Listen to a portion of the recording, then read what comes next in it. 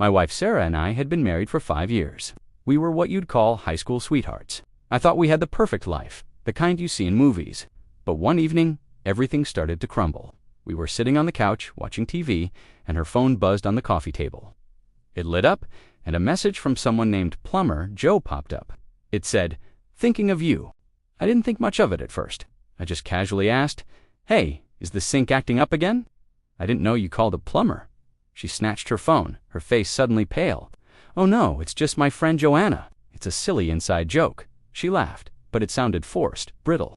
An alarm bell went off in my head. Why would she save her friend's number as Plumber Joe? It just didn't make any sense. Over the next few weeks, that little seed of doubt grew into a giant, thorny vine. Plumber Joe texted a lot, always at odd hours. Whenever I'd walk into the room while she was texting, she'd quickly lock her phone and shove it in her pocket.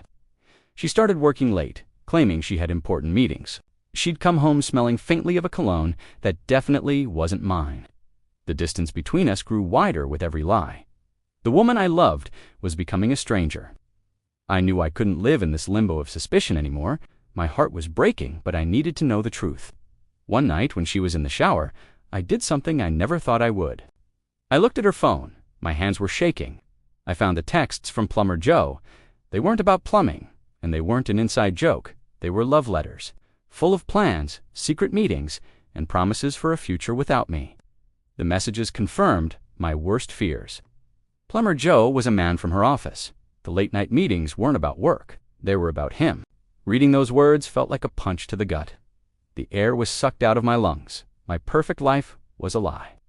I sat there on the edge of the bed, the glowing screen of her phone illuminating my tears. I knew in that moment our marriage was over. It's a painful thing to realize the person you do anything for has been betraying you all along. Discovering infidelity is devastating. And if you're going through something similar, remember that finding support and talking to someone is crucial. You're not alone in this.